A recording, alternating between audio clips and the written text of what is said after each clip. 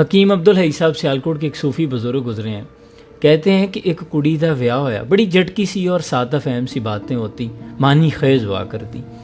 کہندے نے کڑی اپنی ماں نو کہن لگی کہ بیبے تو اینی زندگی گزاری ہے 50 ورے ساڈے ابا جی دے نال اپنے خاوند دے نال, تے مینوں وسن دا کوئی چج تے دس. اب اس کی شادی ہوئی ہے اور وہ اپنی ماں سے کہہ رہی ہے کہ مجھے کوئی نصیحت کرو, یعنی مینوں وسن دا ماں کوئی چج تے دس.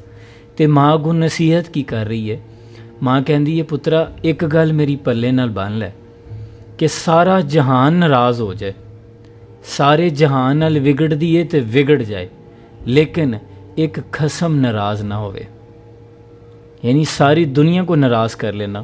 خصم پنجابی میں ہسبینڈ کو کہتے ہیں. اپنے ہسبینڈ کو ناراض نہیں کرنا. کہنے کا اس کا نصیحت کرنے کا یہ مطلب ہے, ساری دنیا ناراض ہوتی ہے ہو جائے, ہسبینڈ کو راضی رکھنا ہے. یہ فارمولہ اس ماں نے نصیحت کی بیٹی کو, یہ وسنے کا یعنی خوش باش اپنے گھر میں آباد رہنے کا فارمولہ دیا اس نے. ہمارے ہاں ہوتا کیا ہے کہ ایک طرف بیٹی کے گھر والے کچھ کہتے ہیں, ایک طرف اس لڑکے کے گھر والے کچھ کہتے ہیں. اب لڑکی پزل ہو جاتی ہے کہ لڑکے کے گھر کی انسٹرکشنز کو فالو کرے یا اپنے گھر کی پچھلی انسٹرکشنز کو فالو کرے. شریعت یہاں کیا کہتی ہے؟ شریعت کہتی ہے کہ ساری دنیا جو مرضی کہتے رہے, خواہ وہ لڑکے کے گھر والے ہیں یا لڑکی کے اپنے گھر والے ہیں, لڑکی پہ سب سے پہلے اطاعت واجب ہے اس کے شوہر کی. کچھ گناہ نہیں ہے, ساری باتوں کو رد کر کے شوہر سے پوچھ لے کہ وہ کیا چاہتا ہے.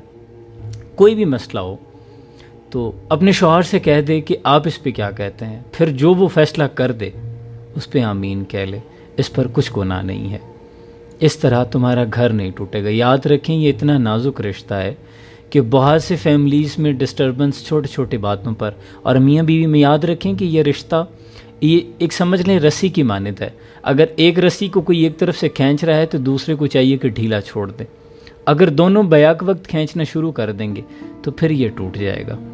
اس لیے جھک جانا اس بات کی علامت نہیں کہ آپ کمزور ہیں, اس بات کی طرف اشارہ ہے کہ آپ کے لیے یہ رشتہ کتنا معنی رکھتا ہے. اور جس قدر ہمارے معاشرے میں طلاق کی ریشو بڑھ رہی ہے, یہ لفظ اتنا خوفناک ہے کہ اللہ کا غضب ہو ایسے لوگوں پر جو ایسی راہ اختیار کرتے ہیں.